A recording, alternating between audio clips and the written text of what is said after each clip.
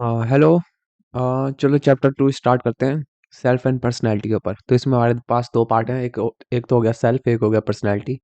तो सेल्फ की बात करते हैं। सेल्फ क्या है? मेरा टोटल कॉन्शियस एक्सपीरियंस या मेमोरी जो भी मेरे पास है अपने बारे में, बेसिकली जो भी मेरे एक्सपीरियंस है, मेरे थॉट्स क्या है, मेरे बिहेवियर, मेरी बीइंग के बारे में। मेरे बीइंग को ही सेल्फ बोला गया है। मतलब जो भी आई या मी, इन सब का यूज़ मैं करता हूँ अपने आप को डिस्क्राइब करने के लिए, मैं ही सेल्फ हूँ एक तरीके से। ठीक है, जो भी मेरा कॉन्शियस एक्सपीरियंस है जो मुझे दूसरों से सेपरेट करता है, दूसरे लोगों से, रियलिटी से, उसमें मेरा क्या रोल है? कॉन्शियसनेस, उसे तुम सेल्फ बोल सकते हो। सेल्फ के स्टार्ट होते हैं कॉन्शियसनेस से। ठीक है, अब सेल्फ क्या है? सेल्फ को हम दो तरीके से देख सकते हैं, या तो सब्जेक्ट की तरह या ऑब्जेक्ट की तरह। सब्जेक्ट में क्या होता है कि मैं कुछ काम कर रहा हूँ, आई एम डूइंग समथिंग, एक एंटिटी जो दूसरा काम कर रही है। ठीक है, जैसे मैं डांसर हूँ तो मैं क्या डांस कर रहा हूँ, या एक्टर हूँ तो मैं एक्ट कर रहा हूँ किस पे? एनवायरनमेंट पे। ठीक है, ऑब्जेक्ट तब हो गया जब मैं अपने आप को देख रहा हूँ पूरे एनवायरनमेंट में कि मेरे ऊपर क्या हो रहा है। ठीक है, तो मेरे ऊपर एनवायरनमेंट कैसे फर्क कर रहा है, लेकिन सेंटर पॉइंट क्या है? मैं, सेल्फ।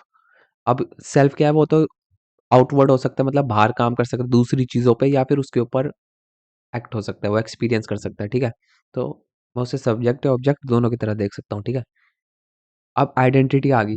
सेल्फ की आइडेंटिटी कितने लेवल पे? दो लेवल पे। एक तो हो गया पर्सनल आइडेंटिटी, कि भाई मैं एज अ पर्सन क्या हूँ, या तो मैंने अपने आप को डिस्क्राइब कर लिया, फिर मैंने अपनी कैरेक्टरिस्टिक डिस्क्राइब कर ली, फिर या पोटेंशियल कैपेबिलिटी मैं कहाँ हूँ, या फिर मेरे जो भी बिलीव्स हैं, वो सब पर्सनल आइडेंटिटी के अंदर आ गया। सोशल आइडेंटिटी, इसमें क्या है कि मैं अपने रिलेशनशिप्स को देखता हूँ दूसरे लोगों के साथ, कि मैं उनके रिलेशन में क्या हूँ। जैसे अगर टीचर होगा तो मैं स्टूडेंट हो गया, या फिर कोई स्टूडेंट होगा तो मैं उसका टीचर, उस हिसाब से। या फिर जैसे तुम अगर ने आपको अपनी मम्मी पापा की तरह देखो तो वो तुम्हारे पेरेंट्स हो गए, तुम उनके क्या हो गए? तुम्हारी सोशल आइडेंटिटी क्या होगी? कि तुम उनके बेटे या बेटी हो। ठीक है, अब आते हैं सेल्फ के टाइप्स में। दो तरीके का, एक तो हो गया पर्सनल, जो कि मेरे से रिलेटेड है, कि भाई मेरी फ्रीडम, मेरी रिस्पॉन्सिबिलिटी, मुझे क्या चाहिए लाइफ में। ठीक है, उससे रिलेटेड। सोशल, अब भाई मेरी आ, जो रिलेशनशिप है दूसरे लोगों के साथ, आ, उससे कैसे फ़र्क पड़ रहा है मेरे ऊपर, मतलब कि मुझे किस तरीके से रहना चाहिए। तो उसमें कोऑपरेशन आ गया, अफिलिएशन, सपोर्ट, शेयरिंग, ये सब। ठीक है, अब सेल्फ के दो एस्पेक्ट हैं, या तो कॉग्निटिव हो गया या बिहेवियर। तो पहले हम सेल्फ कॉन्सेप्ट पे आते हैं। ठीक है, अपने बारे में कॉन्सेप्ट या तो जनरल हो गया, स्पेसिफिक, या तो तुम स्पेसिफिक टर्म्स में अपने आप को बता सकते हो कि भाई मेरी ये क्वालिटी है। जैसे अगर जनरल हो गया ऑनेस्टी, तो स्पेसिफिक हो गया कि भाई तुम ऑनेस्ट किस चीज़ में, किन लोगों के साथ। अब पॉजिटिव हो सकता है, नेगेटिव, सेल्फ का व्यू कि भाई मैं पॉजिटिव हूँ या नेगेटिव। ठीक है, अब सेल्फ आ गया तो इवैल्यूएशन भी होगा कि भाई तुम अपने अपने ऊपर क्या वैल्यू जजमेंट कर रहे हो, तुम अपने बारे में क्या सोचते हो। ठीक है, तुम अपने बारे को अच्छे नज़रिए से देखते हो, हाई सेल्फ एस्टीम में या लो में, कि भाई आ, मैं रियलिटी के साथ डील कर सकता हूँ, या फिर मैं कैपेबल हूँ, आ, जो भी मेरी लाइफ में प्रॉब्लम्स है मैं उन्हें सॉल्व कर सकता हूँ। या फिर क्या हो गया कि आ, मैं ज़िंदगी में खुशी डिजर्व करता हूँ, वगैरह वगैरह। ये जो भी इवैल्यूएशन है तुम अपने बारे में रखते हो, उसे हम सेल्फ एस्टीम के अंदर इंक्लूड करेंगे। ठीक है, अब चार एरिया है। एकेडमिक कॉम्पिटेंस होगी कि भाई तुम कैसा बिहेव कर रहे हो, मतलब कि एकेडमिक्स में कैसे हो, स्टडीज़ में कैसे हो। सोशल कॉम्पिटेंस की रिलेशनशिप कैसे हैं, कम्युनिकेशन कैसा है दूसरे लोगों के साथ। फिजिकल एथलेटिक कॉम्पिटेंस की भाई चल फिर पा रहे हो या नहीं, ढंग से बॉडी हेल्दी है या नहीं। फिजिकल अपीयरेंस, लुक्स कैसे हैं, वगैरह वगैरह। ठीक है, अब सेल्फ एफिकेसी, भाई मेरा मेरी ज़िंदगी पे कितना कंट्रोल है। जो भी मुझे मेरी ज़िंदगी में मिल रहा है वो मेरे एक्शंस की वजह से मिल रहा है या नहीं मिल रहा। तो उस बिलीफ को कहते हैं, बिलीफ कि मैं अपनी ज़िंदगी का कंट्रोल कितना ले सकता हूँ अपने एक्शंस के थ्रू। ठीक है, ये हमें एल्बर्ट बेंड्यूरा ने दी थी सोशल लर्निंग थ्योरी के हिसाब से। तो इसमें क्या है कि जो इंडिविजुअल एक्शन लेता है अपने डिसीजन पे, अपनी थिंकिंग के बेसिस पे, और जो एक्शन लेता है उसकी जो कॉन्सिक्वेंसेस होती है, जो भी आउटकम उसे फल मिलता है, ठीक है, अपने कर्मों का, वो उसकी रिस्पॉन्सिबिलिटी लेता है कि भाई हाँ भाई मैं ये डिजर्व करता हूँ क्योंकि मैंने ये एक्शन लिया। ठीक है, उसके बाद क्या आता है? पार्ट सेल्फ रेगुलेशन, कि भाई अपना बिहेवियर कंट्रोल या मॉडिफाई या मॉनिटर कर सके, कि वो अपना बिहेवियर देख सके कि भाई एनवायरनमेंट चेंज हो रहा है तो अपने बिहेवियर को भी उस हिसाब से चेंज कर सके। जैसे कि अगर एग्जाम आ रहे हैं तो पढ़ सके, अगर कोई स्पोर्ट्स की चीज़ है, या उसे कोई फिजिकल एबिलिटी अपनी जिस जगह यूज़ करनी है तो वो उस जगह यूज़ कर सके, ठीक है। अपने आप को फिजिकली अपने बिहेवियर को चेंज कर सके सिचुएशन के अकॉर्डिंग, ठीक है। अब आते हैं हम सेल्फ कंट्रोल पे। बेसिकली इसे विल पावर भी कहते हैं दूसरी लैंग्वेज में। शॉर्ट टर्म के प्लेजर पे फोकस ना करना बल्कि लॉन्ग टर्म के गोल पे। लॉन्ग टर्म में क्या फ़ायदा हो रहा है उस पे ध्यान देना, ना कि शॉर्ट टर्म पे। जैसे कि रात को चॉकलेट ना खाना बल्कि ब्रुश करना, ठीक है, ताकि दाँत खराब ना हो। ये एक हो गया। या फिर पढ़ना, ना कि बेफ़ालतू में टाइम वेस्ट करना, ताकि आगे जाके फ्यूचर में ढंग की यूनिवर्सिटी मिले या ढंग का वो मिले, क्या कहते हैं, जॉब, या फिर अपना बिज़नेस भी खोलना, तो उसके लिए भी मेहनत लगती है। तो अभी मेहनत करना, ना कि टाइम वेस्ट करना, तो वगैरह-वगैरह, ठीक है। किस तरीके से हम सेल्फ कंट्रोल कर सकते हैं, उस पे आते हैं।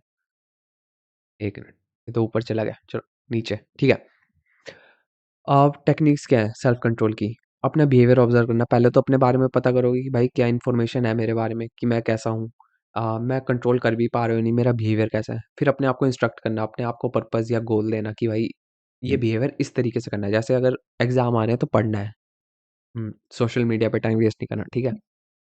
Self enforcement. अब अगर मैं कोई बिहेवियर कर रहा हूँ तो ऑब्वियसली मुझे उसका प्लेज़ेंट आउटकम भी चाहिए, ताकि मुझे और मोटिवेशन मिले कि मैं आगे और काम कर सकूँ, ठीक है? अब आते हैं कल्चर और सेल्फ पे। कल्चर के हिसाब से भी सेल्फ के व्यू हैं, क्योंकि हर एक कल्चर की एक फ़िलॉसफ़ी होती है और उसके हिसाब से लोग अपने आप को देखना चाहते हैं, जो उन्हें बचपन से सिखाई जाती है, ठीक है? तो इंडिया में क्या सिखाया जाता है? इंडिया में दिखाया जाता है कि सेल्फ और दूसरों के बीच में ज़्यादा बाउंड्री नहीं है, ठीक है? सेल्फ बदलता रहता है उनके हिसाब से, सोसाइटी के हिसाब से। तो कोई क्लियर डायकोटोमी नहीं, कोई क्लियर सेपरेशन नहीं, इसलिए कलेक्टिविस्टिक है, क्योंकि इसमें इंडिविजुअल को ग्रुप से अलग देखा नहीं गया। इंडिविजुअल को ग्रुप का हिस्सा देखा गया और इंडिविजुअल पे इतना फ़ोकस भी नहीं किया गया।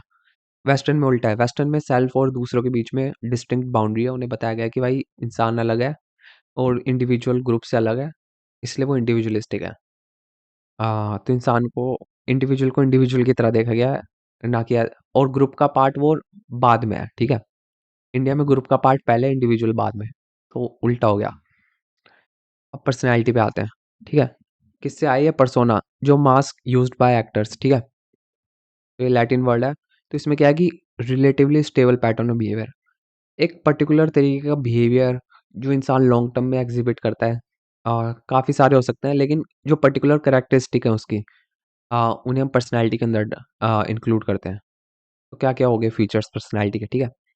एक तो फिज़िकल हो गया, वो तो बिहेवियर हो गया। साइकोलॉजिकल में थिंकिंग, वो किस तरीके से सोचता है चीज़ों के बारे में, वो कैसे रिएक्ट करता है इमोशनली सिचुएशंस पे, उसे हम साइकोलॉजिकल हो गए। फिर यूनिक बिहेवियर, जो बिहेवियर दूसरे इंसान नहीं दिखाते और वो पर्टिकुलर इंसान दिखाता है। रिलेटिवली स्टेबल मतलब सेम ही है, कंसिस्टेंसी है उसके बिहेवियर में, ठीक है? अडैप्टिव टू सिचुएशन, कुछ फीचर चेंज हो सकते हैं सिचुएशन के हिसाब से, जैसे कभी गुस्सा आ गया, कभी कोई लॉस हो गया तो रोना आ गया, वगैरह-वगैरह। लेकिन ये अडैप्टिव बिहेवियर है, ये ना कि उसकी पर्सनैलिटी का एंड्यूरिंग हिस्सा है। मतलब हमेशा खुश नहीं रह रहा, हमेशा गुस्से में नहीं रह रहा, हमेशा रो नहीं रहा। ठीक है? ये पर्टिकुलर सिचुएशन के हिसाब से चेंज होती रहती है पर्सनैलिटी, कुछ हिस्से, ठीक है? अब पर्सनैलिटी से रिलेटेड कुछ टर्म है, टेम्परामेंट, बेसिकली बायोलॉजिकली कैसा रिस्पॉन्स है सिचुएशन के हिसाब से। स्वेटिंग हो रही है, हाँफ रहा है, वगैरह-वगैरह। नेचुरली कैसा, ज़्यादा गुस्से में रहता है, नहीं रहता, तो ये सब हम बायोलॉजिकल रिस्पॉन्स में डालते हैं, ठीक है? टेम्परामेंट को।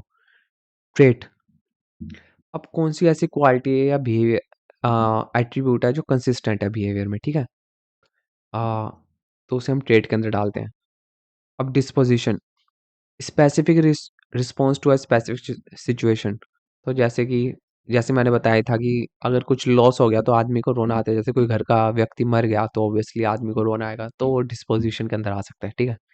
करेक्टर, ओवरऑल बिहेवियर पैटर्न, इंसान की मॉरल वैल्यूज क्या है, उसका ओवरऑल प्रिंसिपल्स क्या है जिस पे वो काम करता है, कैसे सोचता है, तो वो करेक्टर के अंदर आ गया। हैबिट, बिहेवियर का मोड, हैबिट होती है ऑब्वियसली।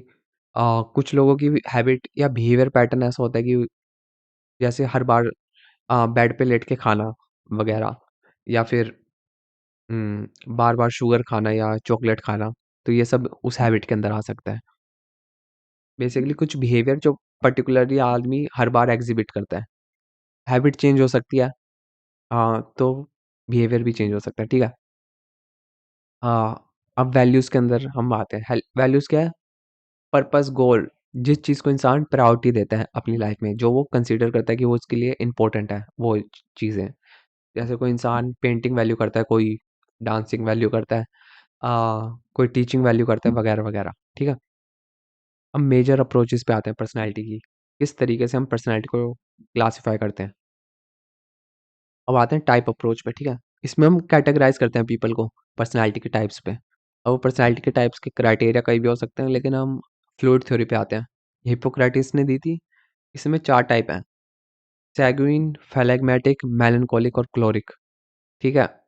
ऑब्वियसली इसको डिटेल में नहीं पढ़ाया गया, लेकिन इसका मतलब एंगर, सैडनेस, डिप्रेशन वगैरह वगैरह, ठीक है। अब इंडियन टाइपोलॉजी में इसी के इक्विवेलेंट थ्योरी कौन सी है? चारक संहिता ने जो दी थी वो है प्रकृति। प्रकृति मतलब टेम्परामेंट के टेम्परामेंट होता है जिसमें पर्सनैलिटी के 3 एलिमेंट होते हैं। 3 दोष भी बोल सकते हैं, और उसके अलावा 3 गुण होते हैं, ठीक है। दोष में क्या आ गया? वत, पित्त, कफ, और गुण में क्या आ गया? सत्व, रजस, तमस, ठीक है। अब बॉडी टाइप्स पे आते हैं जो शेल्डन ने दी थी। इसमें क्या है कि बॉडी और टेम्परामेंट रिलेटेड है, पर्सनैलिटी और बॉडी एकदम इंटरट्वाइंड है। मतलब कि अगर किसी की बॉडी फैट या राउंड है तो वो रिलैक्स्ड होगा, उसे हम एंडोमॉर्फिक कहेंगे। किसी की स्ट्रॉन्ग मस्कुलर वगैरह है उसे हम मीजोमॉर्फिक कहेंगे, वो एनर्जेटिक और करेजियस होगा। एक्टोमॉर्फिक जो थिन और लॉन्ग होगा वो ब्रेनली, आर्टिस्टिक और इंट्रोवर्ट होगा, ठीक है। अब आते हैं यूंगियन टाइप्स पे, ये कार्ल यूंग ने दी थी। उसने 2 टाइप्स में डिवाइड कर दिया लोगों को, एक्सट्रोवर्ट और इंट्रोवर्ट। एक्सट्रोवर्ट जो बाहर सोशल हैं, लोगों से मिलना घुलना पसंद है, इंटरेक्टिव है। मीनवाइल जो अपने साथ टाइम ज़्यादा स्पेंड करना पसंद करते हैं, शाय हैं, उन्हें हम इंट्रोवर्ट कहते हैं, ठीक है। अब अल्फ़ाबेट टाइप्स, ये फ्राइडमैन और रोज़मैन ने दी थी, ए, बी, फिर मॉरिस ने दी थी सी, और मोर ने दी थी डी, ठीक है। अब पर्सनैलिटी को 4 हिस्सों में डिवाइड कर दिया। क्वालिटीज़ के हिसाब से आ गया हमारे पास टाइप ए में हाई मोटिवेशन, पेशेंस नहीं है, जल्दी-जल्दी काम करना है, हर चीज़ को जल्दी से जल्दी ख़त्म करना है। हाँ, भाग-दौड़ में लगे रहते हैं काम करने के लिए, ठीक है। प्रॉब्लम ये है कि वो रिलैक्स नहीं कर पाते, जिसकी वजह से डिज़ीज़ भी हो सकता है, क्योंकि उनकी लाइफ़ में इतना ज़्यादा स्ट्रेस है, हाइपरटेंशन या फिर सीएचडी, ठीक है, हार्ट डिज़ीज़ वगैरह। टाइप बी में क्या है कि टाइप ए के ट्रेड्स कम होते हैं। टाइप सी में क्या है? टाइप सी में है कि कोऑपरेटिव है, एंड असर्टिव है, जो कहोगे मान लेगा, अथॉरिटी को फॉलो करेगा, कोई नेगेटिव इमोशन होंगे तो एक्सप्रेस नहीं करेंगे, प्रोन टू कैंसर भी हो सकता है। तो टाइप ए और टाइप सी अनहेल्दी है इस तरीके से। टाइप डी, ये डिप्रेशन के प्रोन होते हैं, ठीक है। एनसीईआरटी में तो इतना ही दिया है, ठीक है। अब ट्रेट अप्रोच, उसमें क्या होता है? ट्रेट अप्रोच में हमें क्या कहते हैं? स्पेसिफिक साइकोलॉजिकल एट्रीब्यूट्स पे फोकस करते हैं, स्पेसिफिक क्वालिटीज इंसान की, ठीक है, क्या ट्रेट वो दिखा रहा है दूसरों से अलग, ठीक है। अब इसके पास हमारे पास ट्रेड थ्योरी में क्या की एलपोर्ट की, जो गोल्डन एलपोर्ट ने दी थी ट्रेड थ्योरी। उसमें क्या है कि सिचुएशन के हिसाब से आदमी किस तरीके से रिएक्ट करता है, और उन ट्रेड्स को उसने 3 हिस्सों में बांट दिया था, ठीक है। कार्डिनल हो गया, सेंट्रल और सेकेंडरी। कार्डिनल क्या है? एब्स्ट्रैक्ट है, लाइफ गोल है, मतलब ज़्यादा नहीं होंगे, 1 या 2, जैसे गांधी का क्या हो गया? नॉन वायलेंस वगैरह, ठीक है। सेंट्रल में क्या आ गया?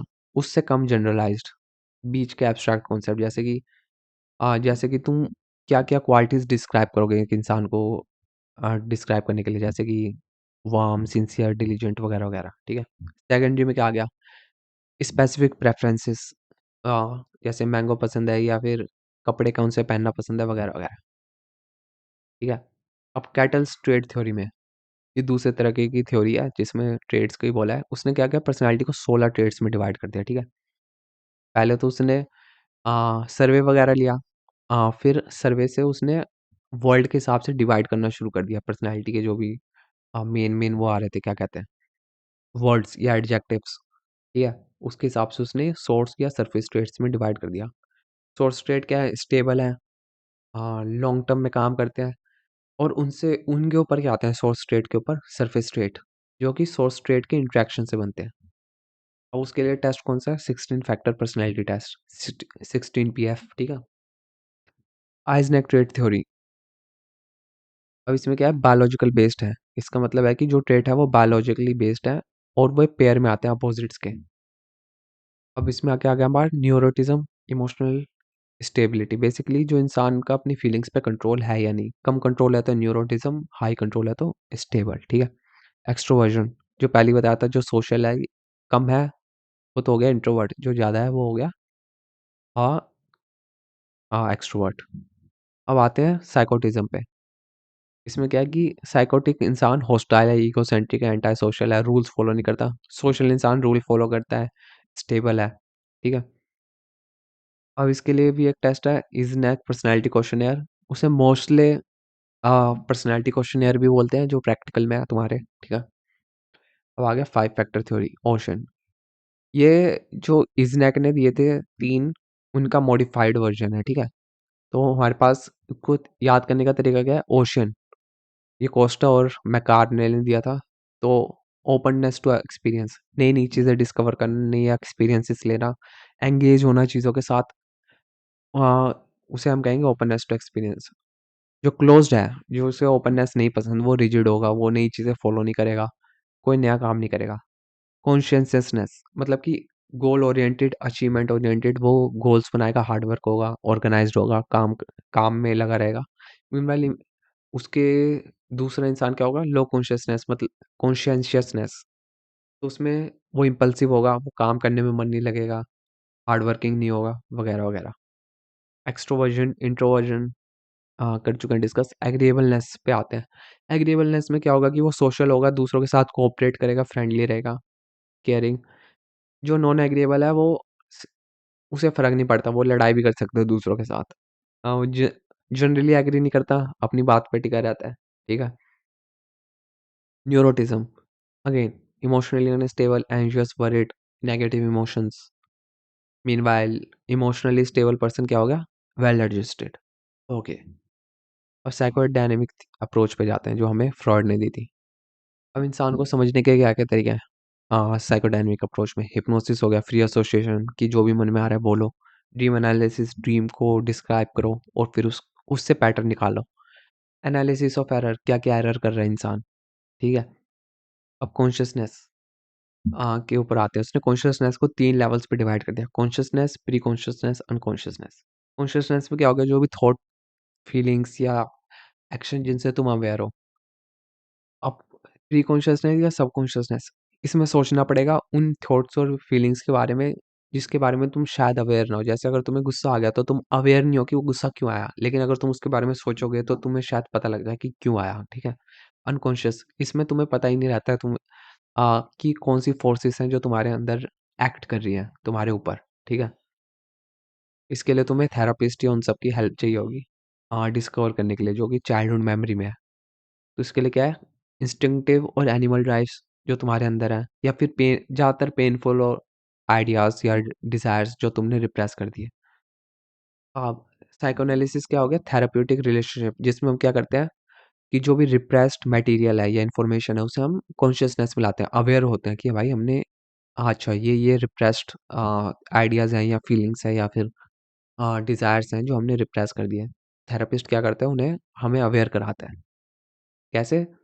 हिप्नोसिस से, फ्री एसोसिएशन से, ड्रीम एनालिसिस से, एरर के एनालिसिस से, ठीक है। अब आते हैं पर्सनैलिटी। उसके 3 एलिमेंट है पर्सनैलिटी के। कॉन्शियसनेस के 3 हो गए, सबकॉन्शियस, कॉन्शियसनेस और अनकॉन्शियस। पर्सनैलिटी के 3 हिस्से क्या हो गए, इड, ईगो, सुपर ईगो, ठीक है। इड में हमारे पास क्या है, इड को हम मानते हैं सोर्स ऑफ पर्सनल एनर्जी। जो भी लिबिडो है या फिर सेक्सुअल इंस्टिंक्ट है, वो सारा इड इड में आता है, ठीक है। इसमें वो वर्क किस पे करता है, वो प्लेजर प्रिंसिपल पे, कि जितनी जल्दी मुझे प्लेजर मिल पाए, मेरी नीड्स फुलफिल हो पाए, उस पे फोकस करता है, ठीक है। इंस्टिंक्चुअल फोर्सेस कौन सी है, तो एक्ट करिए अपोजिट है। लाइफ या सेक्स इंस्टिंक्ट क्या हो गया, एरोस, ये किस पे फोकस करती है, सेक्स पे। मीनवाइल डेथ इंस्टिंक्ट, उसे हम क्या कहते हैं, थैनातोस, जो कि एग्रेशन भी कह सकते हैं उसे। तो 2 लाइफ फोर्सेस एक्ट करती है इंसान के अंदर, इड के अंदर। एक तो हो गया सेक्सुअल और दूसरी क्या, एग्रेशन, ठीक है। अब हम फोकस करते हैं ईगो पे, ठीक है।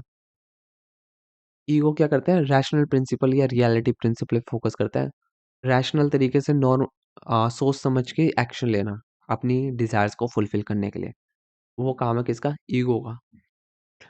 अब हम क्या आते हैं सुपर ईगो पे। ये मॉरल ब्रांच है, ये एथिक्स, वैल्यूज़ इन सब पे फ़ोकस करती है। इसे हम कहते हैं मॉरल प्रिंसिपल कि मेरे एक्शन मेरी नीड्स या डिज़ायर्स तो सैटिस्फाई करने कर, पर ये क्या एक्चुअली में सही है? क्या ये मुझे लॉन्ग टर्म में फ़ायदा देंगे? तो इस चीज़ पे फ़ोकस करते हैं सुपर ईगो, ठीक है? जनरली सुपर ईगो जो है वो हमें किससे आती है? जो भी हमारे पैरेंटल बिलीफ या सोसाइटी का बिलीफ है जो हमने एक्सेप्ट कर लिया, ठीक है? बिना सोचे समझे, अकॉर्डिंग टू फ्रॉइड। अब ये डायग्राम है कि प्लेसेस कैसे होती है, तो ये तो अनकॉन्शियस होगी, अ, और इड अनकॉन्शियस है बेसिकली, हम उससे इतना अवेयर नहीं है। सुपर ईगो से अवेयर है, ईगो से अवेयर है। ईगो सबसे ज़्यादा इंटरैक्ट करती है रियलिटी के साथ और ज़्यादातर टाइम वो किस में रहती है? कॉन्शियसनेस में, ठीक है? अब हम आते हैं डिफेंस मैकेनिज्म। ईगो के डिफेंस मैकेनिज्म भी है, कोई भी नेगेटिव या पेनफुल मेमोरी या चीज़ एनकाउंटर होती है तो इंसान का दिमाग क्या करता है? उस पेनफुल को अवॉइड करने की कोशिश करता है जनरली, और अवॉइड करने के काफ़ी तरीके हैं, उसे हम डिफेंस मैकेनिज्म बोलते हैं। अब टाइप्स ऑफ डिफेंस मैकेनिज्म में क्या आ गया हमारे पास? रिप्रेशन, ठीक है? इसमें क्या होता है, जो भी एंजाइटी प्रोवोकिंग बिहेवियर या थॉट है उसे हम क्या करते हैं? रिजेक्ट करने की कोशिश करते हैं, हम उससे ध्यान ही नहीं देना चाहते, ठीक है? हम हम सोचते ही नहीं, हम ऑटोमेटिकली रिप्रेस करना शुरू कर देते हैं। क्या गया? प्रोजेक्शन। जो भी हमें अपने अंदर बुराइयां लगती हैं हम उन्हें एड्रेस करने के बजाय हम दूसरे पे प्रोजेक्ट कर देते हैं, दूसरे को ब्लेम करते हैं कि भाई उसमें ही खराबी है, जबकि वो खराबी हम में है, ठीक है? ये प्रोजेक्शन के अंदर आ गया। डिनायल में कि भाई आउटराइट रिजेक्ट, वो एक्सेप्ट ही नहीं कर पा रहा कि भाई कुछ गलत है रियलिटी के साथ या उसके साथ, या कोई पेनफुल इवेंट हुआ, जैसे कि अगर कोई पेशेंट है उसे एचआईवी एड्स है तो वो इलनेस ही नहीं मान रहा कि भाई मुझे है, ठीक है? जैसे अगर कोई घर में मर गया तो वो सामने वाला मान ही नहीं रहा कि घर में कोई मर गया, ठीक है? या फिर एग्जाम में अगर फेल हो गए तो वो डिनायल में है कि वो एग्जाम में मैं फेल कैसे हो गया, मैं तो हो ही नहीं सकता। तो इन सबको हम डिनायल के अंदर कैटेगराइज करेंगे, ठीक है? रिएक्शन फॉर्मेशन, अपनी फीलिंग्स को सैटिस्फाई करना किसी ऐसे तरीके से जो सोशल एक्सेप्टेबल हो, और लेकिन वो अपोजिट भी हो सकता है, ठीक है? जैसे जैसे अगर किसी के अंदर सेक्सुअल डिजायर है तो वो क्या करने लग जाता है? और पूजा पाठ करने लग जाता है, या फिर एक्सरसाइज करने लग जाता है, वगैरह वगैरह, ताकि उसे सेक्सुअल डिजायर फील ना होने लगे, ठीक है? वो अवॉइड करना चाहता है सेक्सुअल डिजायर। अब रैशनलाइजेशन पे आते हैं। इसमें क्या है कि हमारा जो भी गलत एक्शन है, या हमें पता है गलत फीलिंग है या गलत थॉट है, हम उसे जस्टिफाई करने की कोशिश करते हैं। एक्सक्यूज़ेज़, बेसिकली एक्सक्यूज़ बनाना अपने गलत बिहेवियर के लिए, ठीक है? अब आते हैं साइकोसेक्सुअल डेवलपमेंट स्टेजेस, डेवलपमेंट पे। तो स्टेजेस होते हैं, लिबिडो है, लिबिडो बॉडी के अंदर सर्कुलेट होती रहती है, अलग-अलग स्टेज पे जाती है, अलग-अलग लाइफ एज पे, ठीक है? तो उसके हिसाब से हमने ये स्टेजेस डिवाइड कर दी। अब एरिया क्या है? ओरल स्टेज में एरिया क्या है? माउथ। आदमी को ज़्यादातर प्लेज़र कहाँ से मिलता है? माउथ, फीडिंग से, थंब सकिंग से, बाइटिंग वगैरह-वगैरह। ग्रैटिफिकेशन क्या है? फूड को, फूड हंगर को सैटिस्फाई करता है। उससे हमें क्या मिलता है? Feelings, good feelings. तो इससे इफ़ेक्ट क्या पड़ता है कि बेसिक फीलिंग्स दुनिया के बारे में, से हम ओरल स्टेज के अंदर डालते हैं, ठीक है? एनल स्टेज में क्या होता है कि बेसिक प्लेज़र क्या मिलता है? Bowel movement. अगर अगर कोई इंसान यूरिनेट ना करे या फिर एक्सक्रीट ना करे, तो उससे क्या होता है? प्रॉब्लम होने लग जाती है पेट के अंदर। तो उस प्रॉब्लम ना हो उसके लिए क्या है? Urination, defecation. अब ऑब्वियसली ये कंट्रोल ईड पे है, कि इम्पल्सिविटी पे कितना कंट्रोल है, तो ये उससे बताता है, ठीक है? फैलिक स्टेज जेनिटल्स में होती है। सेक्सुअल अवेयरनेस, इंसान को अपनी प्लेस समझ आती है कि भाई पेरेंट्स के बीच में क्या रिलेशनशिप है, उसकी पेरेंट्स से क्या रिलेशनशिप है, वगैरह-वगैरह। अब अगर ज़्यादा अटैचमेंट हो, जैसे किसी मेल चाइल्ड का फीमेल मदर के प्रति ज़्यादा अटैचमेंट हो, तो उसे ओडिपस कॉम्प्लेक्स के अंदर डाला जाता है कि फादर से ये तो हेटेड है लेकिन मदर से अटैचमेंट है, ठीक है? और डर भी है कि फादर अटैक ना कर दे, वगैरह-वगैरह। सेम ही इलेक्ट्रा कॉम्प्लेक्स, जब किसी फीमेल चाइल्ड का, डॉटर का अपने फादर के प्रति ज़्यादा अफेक्शनेट लव वगैरह हो, लेकिन मदर के प्रति हॉस्टिलिटी हो, ठीक है? ग्रैटिफिकेशन कैसे मिलता है कि भाई आइडेंटिफाई करना कि सेम सेक्स है जिस पेरेंट्स के साथ, और उन्हें रोल मॉडल की तरह देखना, ना कि राइवल की तरह, और अपनी सेक्सुअल फीलिंग्स को कंट्रोल में करना, ठीक है? अब लेटेंसी में क्या है कि प्लेजर एरिया इनएक्टिव हो जाता है, तो इंसान का दिमाग ज़्यादा काम करने लगता है इस एरिया में, ठीक है? तो इंसान लर्निंग, स्टडिंग इन सब चीज़ों में ज़्यादा एंगेज होता है लेटेंसी स्टेज पे। ग्रेटिफिकेशन क्या है कि भाई स्कूल में जो भी अचीवमेंट है, स्पोर्ट्स में अचीवमेंट है, सोशल रिलेशनशिप्स बनाना, ठीक है? और जेनिटल स्टेज में आते हैं। तो इसमें क्या है फिर से आदमी की जो लिबिडो है वो जेनिटल्स में आ जाती है। तो इसमें क्या है कि वो सीक आउट करता है रिलेशनशिप लेकिन अपोजिट जेंडर से, आउटसाइड द फैमिली, ओके? तो इसमें क्या है सेक्सुअल या इमोशनल ग्रेटिफिकेशन या नीड्स कंप्लीट होती है। तो मैच्योरिटी आती है सोशल या सेक्सुअल एरिया में, ठीक है? फिक्सेशन क्या है? जब किसी एक स्टेज में लिबिडो या डेवलपमेंट ना हो पाए, ठीक है? लिबिडो रह जाए या डेवलपमेंट ना हो पाए तो उसे हम फिक्सेशन बोलते हैं। अब रिग्रेशन क्या है? कि इंसान वापस चाइल्ड की तरह बिहेव करने लगे हाँ, अपनी प्रॉब्लम से डील करने के लिए। जैसे कि अगर सपोज़ अगर तुम्हें कोई प्रॉब्लम आ गई तो instead of dealing with it with your mind तुम रोने लग जाओ, बच्चे की तरह बिहेव करने लग जाओ, ठीक है? कि कोई मेरी नीड फुलफ़िल कर दे, तो उसे हम रिग्रेशन के अंदर इंक्लूड करेंगे। अब आते हैं पोस्ट फ्रॉयडियन या न्यो एनालिटिकल अप्रोचेस पे। फ्रॉइड से इंस्पायर्ड है लेकिन फ्रॉइड से डेविएट हो जाते हैं कुछ एरियाज़ पे, ठीक है? सेक्सुअली एग्रेशन पे कम फ़ोकस रहता है। अब आते हैं यूंगियन अप्रोच, कार्ल यूंग ने ये दी थी। उसने क्या कहा ह्यूमन बीइंग्स एम या एस्पायरेशन पे ज़्यादा फ़ोकस या गाइडेड होते हैं इन कंपैरिजन टू सेक्स या एग्रेशन। तो मोटिवेशन कहाँ से आती है? गोल से। अब पर्सनैलिटी क्या है? डिफरेंट डिफरेंट फोर्सेस हैं जो बैलेंस्ड हैं इंडिविजुअल के विद इन, या फिर बैलेंस करनी पड़ेगी। हाँ, तो उसे हम पर्सनैलिटी के अंदर इंक्लूड कर देते हैं। अब क्या आ गया?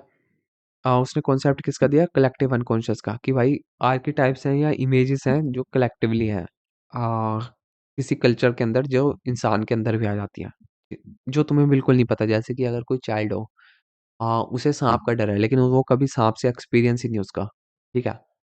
तो उसे हम कलेक्टिव अनकॉन्शियस के अंदर डाल सकते हैं। जैसे कि मिथ में हो गया, आर्ट में हो गया, या फिर ड्रीम्स में जो भी आ गया आर्किटाइप या पैटर्न्स, उसे हम कलेक्टिव अनकॉन्शियस के अंदर डालते हैं, ठीक है? और रेने की अप्रोच, इसे कैरन हॉर्ने ने दिया था। उसने कहा था कि ह्यूमन बीइंग्स का लाइफ के प्रति क्या है? ऑप्टिमिस्टिक व्यू है। वो ग्रोथ या सेल्फ एक्चुअलाइज होना चाहते हैं, लेकिन जो भी प्रॉब्लम्स आती हैं उनके चाइल्डहुड में, उसकी वजह से उन्हें डिसऑर्डर डेवलप हो जाते हैं। इस तरीके का डिसऑर्डर मेनली बेसिक एंजाइटी, जैसे फीलिंग ऑफ इनसिक्योरिटी, या फिर पेरेंट्स का जो इंडिफरेंस है, या फिर पेरेंट्स ने कुछ बिहेवियर मना कर दिया चाइल्डहुड, तो उसका डेवलपमेंट ढंग से नहीं हो पाया, तो उस केस में हम बेसिक एंजाइटी कहेंगे। उसमें क्या है? बेसिक हॉस्टिलिटी, पेरेंट्स के प्रति जो भी क्या है डीप रिजेंटमेंट, कि उन्होंने ढंग से बिहेव नहीं किया चाइल्डहुड में, तो वो बेसिक एंजाइटी बन जाता है, ठीक है? एडलर की क्या अप्रोच है? एडलर ने इंडिविजुअल पे ज़्यादा फोकस किया। उसका मेन कॉन्सेप्ट क्या था? इन्फीरियॉरिटी कॉम्प्लेक्स, कि कि मैं गुड इनफ नहीं हूँ, ठीक है? मैं ठीक नहीं हूँ। तो इनएडेक्वेसी या गिल्ट अपने आप में, कि मैं किसी तरीके से इन्फीरियर हूँ इन सम फॉर्म, उसे हम क्या कहते हैं? इन्फीरियॉरिटी कॉम्प्लेक्स, ठीक है? लेकिन उसका कोई एविडेंस नहीं, ठीक है? लेकिन तब भी तुम्हें इमोशनली वो फ़ील हो रहा है। अब वो कहीं किसी भी तरीके से हो सकता है कि भाई तुमने किसी का कहना एक्सेप्ट कर लिया कि तुम इन्फीरियर हो, किसी ने कहा और तुमने उसे मान लिया बिना वेरीफ़ाई किए, तो वो डेवलप हो सकता है, ठीक है? अब आते हैं हम फॉर्म्स के अप्रोच पे। फ्रॉम, तो एरिक फॉर्म ने क्या कहा कि ह्यूमन बीइंग तो सोशल बीइंग है, तो उसे समझना है तो उसकी रिलेशनशिप समझो आस-पास के लोगों के प्रति, उनके साथ, ठीक है? तो उसने कहा कि इंसान का क्या डिज़ायर है कि वो फ्री रहे, जस्टिस मिले, ट्रुथ मिले, और जो भी ट्रेट हैं कैरेक्टर के वो दूसरों के इंटरेक्शन के थ्रू डेवलप होते हैं, सोशल रिलेशनशिप्स के थ्रू, ठीक है? उसके बाद क्या है? एरिक्सन की अप्रोच। एरिक्सन ने क्या क्या स्टेज मॉडल दिया कि भाई अलग-अलग स्टेजेस पे अलग-अलग डेवलपमेंट होता है। मेन है एडोलसेंस, क्योंकि इसमें इंसान की अपनी आइडेंटिटी बनाता है। आइडेंटिटी क्राइसिस होता है, फिर वो अपनी आइडेंटिटी बनाता है, उसके हिसाब से वो अपना पर्पस चुनता है लाइफ में, ठीक है? अब साइकोडायनामिक का क्या है कि क्रिटिसिज़्म्स क्या है? कि भाई इसमें केस स्टडी है नहीं, केस स्टडी है, एक्सपेरिमेंट तो कुछ है नहीं। जनरलाइज़ कैसे करें? एक आदमी का दूसरे पे जनरलाइज़ तो कर नहीं सकते। क्लैरिटी नहीं है, ढंग से कॉन्सेप्ट डिफाइन नहीं है, कोई कुछ कह रहा है, कोई कुछ कह रहा है, जैसे किसी के लिए अनकॉन्शियस कुछ होगी, फ्रॉइड के लिए कुछ, यूंग के लिए कुछ, तो सबने अपने अपने हिसाब से डेफिनेशन बना दी, तो इसमें कोई क्लैरिटी नहीं है। जेंडर बायस, भाई फ्रॉइड मेल के प्रति सिंपैथेटिक था, कैरन हॉर्नी फिर उसके प्रति हो गई फीमेल्स के प्रति, तो उन दोनों के बीच में कॉन्फ्लिक्ट रह गया। ठीक है। बिहेवियरल अप्रोच, तो इसमें क्या है, हम किस किस पे ध्यान देते हैं, बिहेवियरल डेटा पे, जो भी ऑब्जर्वेबल है, जो बिहेवियर हमें दिख रहा है, हम उस पर फोकस कर रहे हैं। ठीक है। हम देख रहे हैं स्टिमुलस क्या है, रिस्पॉन्स क्या है, दोनों का कनेक्शन क्या है, वो किस तरीके से कनेक्टेड है, रेनफोर्समेंट के थ्रू, कंडीशनिंग के थ्रू। ठीक है। स्ट्रक्चरल यूनिट क्या है, पर्सनैलिटी का रिस्पॉन्स, इंसान कैसा रिस्पॉन्स कर रहा है सिचुएशंस के, अपनी लाइफ के उसके थ्रू, नीड के रिगार्डिंग, जो भी नीड आ रही है, अगर नीड स्टिमुलस होगी तो वो कैसा बिहेव करे, अगर कोई थ्रेट आ गया एनवायरनमेंट से, कोई स्टिमुलस आ गया, तो उसके रिगार्डिंग कैसा रिस्पॉन्स कर रहा है, तो उसके हिसाब से उसकी पर्सनैलिटी हम डिटरमाइन करते हैं। ठीक है। Major theory, condition, classical conditioning की पैवलोव ने दी, इंस्ट्रूमेंटल की स्किनर ने, ऑब्जर्वेशनल की बेंड्यूरन ने। ठीक है। कल्चरल अप्रोच पे आते हैं, इंसान के बिहेवियर को देखना, पर्सनैलिटी को देखना उसके एनवायरनमेंट या कल्चर के अकॉर्डिंग, जैसे क्या क्या इफेक्ट पड़ सकते हैं, जैसे अगर कुछ क्लाइमेट हो गया, टेरेंट हो गया, कितना फूड मिल गया, वगैरह वगैरह, उसके हिसाब से उसकी कल्चर कैसा बना, इकोनॉमी कैसी है, स्ट्रक्चर कैसा है, उसके हिसाब से उन लोगों का बिहेवियर कैसा है। जैसे अगर तुम उसमें नॉर्दर्न यूरोप में देखो, स्कैंडिनेविया वगैरह में, तो वहाँ का एनवायरनमेंट कैसा, कोल्ड, जिसकी वजह से लोगों को डिप्रेशन भी हो जाता है। लेकिन अगर तुम उसका देखो, क्या कहते हैं,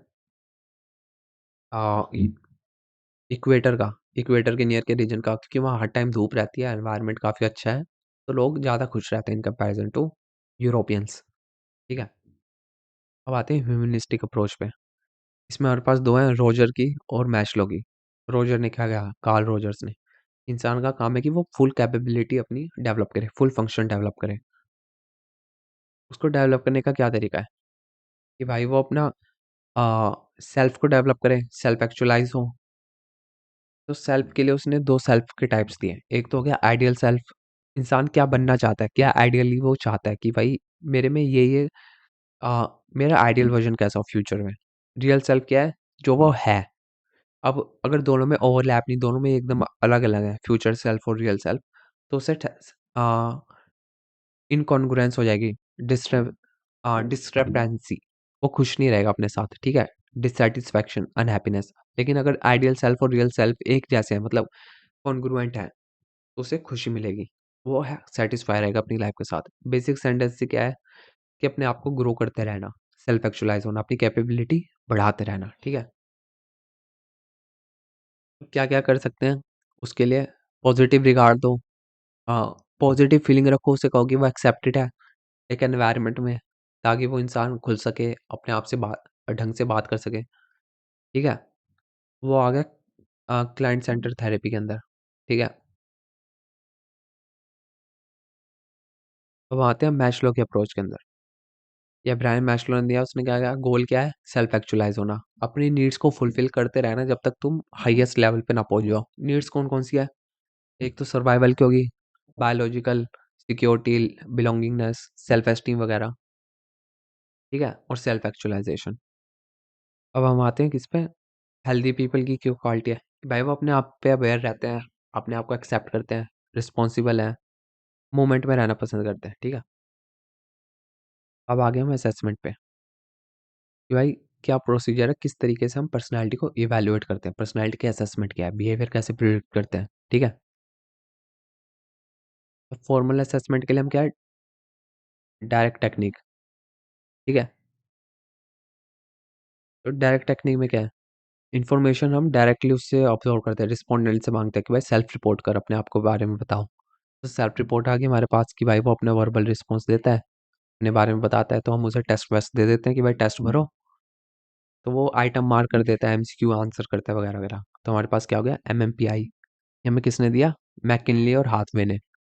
इसका गोल क्या है, साइकोलॉजिकल डिसऑर्डर आइडेंटिफाई करना। साइकोलॉजिकल डिसऑर्डर कौन से, ये वाले, सब स्किल्स के हिसाब से ये रहे हमारे पास 10 साइकोलॉजिकल डिसऑर्डर्स। इंडियन वर्जन कौन सा हो गया उसका, जोधपुर और जोधपुर मल्टाफेजिक पर्सनैलिटी इन्वेंट्री, जो किसने दिया, मालिक और जोशी ने। ठीक है। हमारे पास को हो गया जिनेक, ये हमें किसने दिया? जिनेक ने, ठीक है। वही ट्रेट, न्यूरोटिज्म, स्टेबिलिटी वगैरह वगैरह, ठीक है। अभी 16 पर्सनालिटी फैक्टर ये कैटल ने दिया था। अब आते हैं प्रॉब्लम्स पे। अब प्रॉब्लम्स क्या है? सोशल डिजायरेबिलिटी, क्या पता रिस्पोंडेंट रिसर्चर या टेस्ट टेकर को खुश करने के लिए ढंग का रिस्पॉन्स दे रहा हो कि मेरे बारे में क्या सोचेंगे उस हिसाब से। एक्वेंस, कि भाई हर चीज़ से एग्री करे, हर चीज़ में टिक मार रहा है, तो ये भी प्रॉब्लम हो सकती है इस मेथड में। अब आते हैं हम किस पे? प्रोजेक्टिव टेक्निक्स पे। ये हम अनकॉन्शियस मोटिव्स या फीलिंग्स के, क्योंकि भाई ये इनडायरेक्ट मेथड है, हम डायरेक्टली तो पूछ नहीं रहे, तो हम क्या कर रहे हैं, हम उनसे रिस्पॉन्स ले रहे हैं, हम उन रिस्पॉन्स को इंटरप्रेट करेंगे, ठीक है, ताकि हमें उसे अनकॉन्शियस प्रोसेस पता लग जाए उनके दिमाग के पीछे की, ठीक है, उनके सबकॉन्शियस या अनकॉन्शियस में क्या चल रहा है, हम उसे आइडेंटिफाई करने के लिए इस प्रोसेस का यूज़ करते हैं। अब आगे variety of techniques, story telling हो गया, सेंटेंस कंप्लीशन, वर्ड कंप्लीशन, स्टूमलाई क्या, तो इसमें हमारे पास ये होगी। अब फीचर्स क्या है? अनस्ट्रक्चर होती है, पूर्ली डिफाइन, कोई पर्टिकुलरली नहीं बता सकता कि ये स्टिमुलाई का मतलब ये है, ठीक है, प्रोजेक्टिव टेस्ट में। अब उसके अलावा और क्या है, उसे पता ही नहीं होता, रिस्पोंडेंट को अंधेरे में रखते हैं उसे, ठीक है, कि उसे पता ही नहीं होता पर्पस क्या है, टेस्ट कैसे लेना है, स्कोरिंग कैसे होगी, कैसे इंटरप्रेट करेंगे, तो उसका चांस नहीं है कि वो रिसर्चर को वैसा रिस्पॉन्स दे पाए जो रिसर्चर को चाहिए, क्योंकि हर चीज़ वेग है, ठीक है। कितने तरीके के टेस्ट है? एक तो हमारे पास हो गया रोशार्क, इसमें क्या है, इनको होते हैं कलर्ड या ब्लैक एंड वाइट, तो इसमें क्या होता है कि हम दिखाते हैं उन्हें पोस्ट कार्ड जिस पे कुछ इमेज बनी हुई है, और उसके बेसिस पे हम उनका रिस्पॉन्स लेते हैं, और इस रिस्पॉन्स को हम फिर इंक्वायरी करते हैं कि भाई तुम बताओ क्या क्या रिस्पॉन्स है, और उसके बेसिस पे हम क्या करते हैं, हम इंटरप्रेट करते हैं कि उनके साइकोलॉजिकल मोटिव क्या है, क्या क्या चल रहा है उनके दिमाग में। दो फेज हो गया, एक तो हो गया पहले कार्ड दिखाए, फिर इंक्वायरी करी, उसी से पूछा भाई ये रिस्पॉन्स क्यों दिया, तुम्हें क्या लगता है, और फिर उस पे ध्यान दिया। अब आते हैं हम टीएटी पे, जो मॉर्गन मुरे ने दिया। इसमें क्या हमारे पास 30 कार्ड है, एक ब्लैंक है, हर एक कार्ड, बाकी सारे कार्ड पे एक पिक्चर है, एक फीमेल की, एक मेल की, एक एडल्ट, एक चाइल्ड, और फिर हम उनसे क्वेश्चन पूछते हैं भाई क्या हो रहा है स्टोरी में, तुम बताओ स्टोरी में क्या हो रहा है, मूवमेंट में क्या हो रहा है, क्या होगा फ्यूचर में, कैरेक्टर क्या सोच रहे हैं, क्या फीलिंग कर रहे हैं, उसके बेसिस पे हम उनकी पर्सनैलिटी का इंटरप्रिटेशन निकालते हैं। इंडियन वर्जन क्या हो गया, उमा चौधरी टीएटी, एसएसबी में काफ़ी यूज़ होता है ये, ठीक है। Rosenzweig picture frustration test, basically aggression use करते हैं हम। एक जो जो टेस्ट टेकर है उसे हम फ्रस्ट्रेटिंग सिचुएशन में बोलते हैं कि अपने आप को इमेजिन करें पिक्चर के हिसाब से, और फिर हम उससे देखते हैं कि उसका रिस्पॉन्स कैसा है उस चीज़ के रिगार्डिंग। तब पिक्चर होगी, ऐसी सिचुएशन दिखा दी जिसमें एक आदमी दूसरे को फ्रस्ट्रेट कर रहा है, और हम फ्रस्ट्रेशन कंडीशन बताते हैं कि भाई ये फ्रस्ट्रेट हो रहा है, तो हम देखेंगे कि आदमी कैसा रिस्पॉन्स कर रहा है, कि भाई सब्जेक्ट कैसे आइडेंटिफाई कर रहा है कि भाई एग्रेशन किसकी तरफ है, कौन सा ऑब्जेक्ट है फ्रस्ट्रेशन का, सॉल्यूशन क्या है फ्रस्ट्रेशन का, वगैरह वगैरह। इंडियन वर्जन किसने बनाया? पारिक ने, ठीक है। अब आगे हम सेंटेंस कंप्लीशन पे। सेंटेंस कंप्लीशन टेस्ट, इसमें क्या होता है कि इनकम्प्लीट सेंटेंस स्टेम होते हैं, आधा सेंटेंस कंप्लीट होता है, बाकी आधा तुम्हें कंप्लीट करना होता है, और उसके बेसिस पे हम दिखा देते हैं कि भाई इसके रिस्पॉन्स है तो ये ऐसा ऐसा सोचता है। अब ड्रॉ परसेंट टेस्ट पे आ जाता है, ठीक है। इसमें हमारे पास क्या है कि सब्जेक्ट को एक पेंसिल पेपर दे देते हैं, और फिर उसे एक अपोजिट सेक्स का पर्सन ड्रॉ करना होता है, और स्टोरी लिखनी होती है उस कैरेक्टर के बारे में, जैसे कि वो एक नॉवल है उसमें है। तो हम देखते हैं कि फेशियल फीचर उसने ड्रॉ करे या नहीं करे, नेक कैसी बनाई, और हेड का साइज़ कैसा है, वगैरह वगैरह, टेस्ट करने के लिए कि भाई उसकी कॉग्निटिव एबिलिटी सही से काम कर भी रही है नहीं, ठीक है। प्रॉब्लम क्या है, लो वैलिडिटी है, रिलायबिलिटी, हर बार एक रिजल्ट नहीं आता, वेरीफाई कैसे करें कि इसका मतलब यही है, ठीक है, कॉम्प्लेक्स है, ज़्यादा टाइम भी लगता है। अब आते हैं हम बिहेवियरल एनालिसिस पे, ठीक है।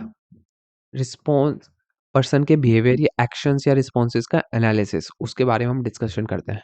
कैसे लेते हैं? इंटरव्यू के थ्रू, दूसरे से बात करना, स्पेसिफिक क्वेश्चन पूछना। अब दो तरीके के इंटरव्यू होते हैं, अनस्ट्रक्चर्ड और स्ट्रक्चर्ड। अनस्ट्रक्चर्ड में फ्री फॉर्म होता है, वो जो मन करे वो पूछ रहा है, कोई सीक्वेंस नहीं, कोई डिसाइड नहीं। स्ट्रक्चर्ड में पहले से डिसाइडेड होता है कि भाई ये सीक्वेंस है, इस चीज़ के बारे में क्वेश्चन पूछना है, बस हो गया, ठीक है? ऑब्ज़र्वेशन, ऑब्ज़र्वेशन में क्या है कि हम पर्सन के बिहेवियर या जजमेंट कैसे फॉर्म कर रहा है, हम उसके रियल टाइम बिहेवियर को ऑब्ज़र्व करके देखते हैं, ठीक है? प्रॉब्लम क्या है कि इसमें ट्रेनिंग रिक्वायर्ड चाहिए, मैच्योरिटी चाहिए, ऑब्जर्वर इफेक्ट। अगर तुम्हें पता है कि तुम्हें कोई देख रहा है तो ऑब्वियसली तुम्हारे बिहेवियर में चेंज आएगा, तुम हेजिटेंट हो गए अपना रियल बिहेवियर दिखाने के लिए, तो उसे ऑब्जर्वर इफेक्ट बोलते हैं। बिहेवियर रेटिंग, ठीक है? तो इसमें क्या है कि जो बिहेवियर क्वालिटी है उसे हम रेट करते हैं कि भाई कौन सा बिहेवियर दिखा रहा है, कौन सा नहीं दिखा रहा, एक स्केल पे। बायसेस क्या आ सकते हैं बिहेवियर एनालिसिस में? हेलो इफेक्ट, कि भाई कोई एक बिहेवियर बढ़िया ट्रेट देख लिया, उसे हमने मान लिया कि आगे के ट्रेड भी बढ़िया ही होंगे। जैसे अगर किसी पार्टिसिपेंट ने रिसर्चर से ढंग से बात कर ली, तो हो सकता है कि जो रिसर्चर है उसका फेवरेबल क्या हो जाए, आउटलुक हो जाए पार्टिसिपेंट के रिगार्डिंग। मिडल कैटेगरी बायस, इसमें क्या होता है कि आ, जो पार्टिसिपेंट है वो बीच में मार्क करना पसंद करते हैं, या फिर जो रिसर्चर है वो जो पार्टिसिपेंट है उन्हें middle of the scale average value पे मार्क करते हैं। जैसे सब 10 ऑप्शन है तो सबको 5-5 लगा दिया उसने, ठीक है? एक्सट्रीम रिस्पॉन्स, या तो वो बीच के चुनेगा, एक्सट्रीम में वो एकदम एक्सट्रीम सॉल्यूशन या तो 1 चुनेगा या 10 चुनेगा, 10 रिस्पॉन्सेज़ में, ठीक ठीक है? बिल्कुल एक्सट्रीम वाले। जबकि उसका कोई रिलेशनशिप नहीं है उसके बिहेवियर से सामने वाले के, तो उसे हम बायस बोल देते हैं। नॉमिनेशन, ठीक है? इसमें क्या होता है कि जो भी तुम्हारे आस-पास के लोग होते हैं, फैमिली मेंबर्स, पीयर्स, फ्रेंड्स, वो तुम्हें असेस करते हैं, वो तुम्हारा बिहेवियर बताते हैं, जो भी रिसर्चर है या साइकोलॉजिस्ट है, ठीक है? और सिचुएशनल टेस्ट, इसमें क्या करते हैं हम पर्सन को चेक करने की कोशिश करते हैं कि वो कैसे बिहेव करेगा सिचुएशन में, स्ट्रेसफुल सिचुएशन में उसका बिहेवियर कैसा है। या तो उसे ऐसा टास्क दे देंगे दूसरों के साथ जिसमें दूसरे लोग नॉन कोऑपरेटिव हो या इंटरफेयर कर रहे हो, फिर हम उसका देखेंगे कि वो कैसा बिहेव कर रहा है, ठीक है? अब इंटरैक्शनल अप्रोच, इसमें क्या है कि हम एक्सटर्नल रिवार्ड या थ्रेट के थ्रू बिहेवियर डिटरमाइन करते हैं कि इसमें या तो इंसान पनिशमेंट के थ्रू काम करेगा या फिर इंसान थ्रेट के थ्रू का रिवॉर्ड के थ्रू काम करेगा। तो हम कहते हैं कि वो डिटरमाइन करता है थ्रेट और रिवॉर्ड का इंटरेक्शन डिटरमाइन करते हैं कि इंसान कैसा बिहेव करेगा फ्यूचर में। तो वो हो गया हमारे इंटरेक्शन अप्रोच। तो ये हो गया हमारा chapter complete. Thank you for watching.